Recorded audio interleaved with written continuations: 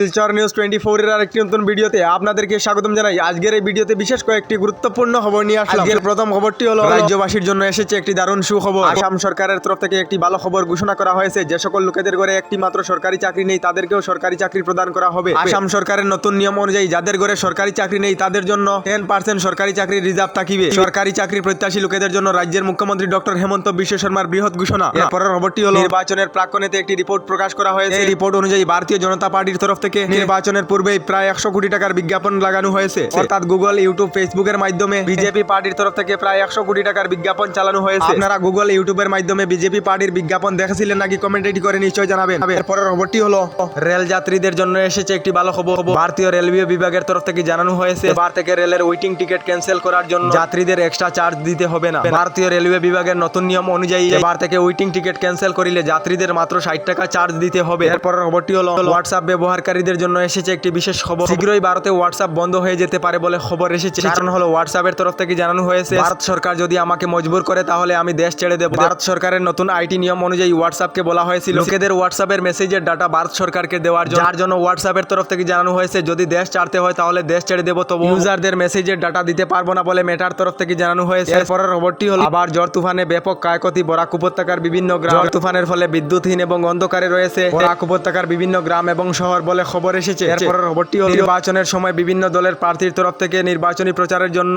বিভিন্ন জায়গায় ব্যানার লাগানো হয়। এই ব্যানার যে কোনো দলের হোক বা নির্দলের হোক, কেউ যদি ছিঁড়ে ফেলে অথবা জ্বালিয়ে দেয় তাহলে আইনত দণ্ডনীয়। নির্বাচনের সময়তে এই ধরনের কাজে আপনারা কখনো যাবেন না। কারণ হলো নির্বাচনের সময়তে রাজ্যের দলগাঁওতে একটি ঘটনা সংঘটিত হয়েছে। জানা গেছে বিজেপির পতাকা জ্বালানোর অভিযোগে 5 জনকে গ্রেফতার করা হয়েছে। এরপরের খবরটি হলো কৃষক সকলদের জন্য এসেছে একটি ভালো খবর। কৃষক সকলদের জন্য কেন্দ্রীয় সরকারের তরফ থেকে জানানো হয়েছে এবার থেকে কৃষকেরা কিষাণ ক্রেডিট কার্ডের মাধ্যমে ডিজিটালি লোন নিতে পারবেন। এরপরের খবরটি হলো আসামে লোকসভা নির্বাচনের তৃতীয় পর্যায়ে ভোট গ্রহণ 7 মে তারিখে অনুষ্ঠিত হবে। যার জন্য 1 মে তারিখে আবার অসমে আসিবে কংগ্রেস নেত্রী প্রিয়াঙ্কা গান্ধী।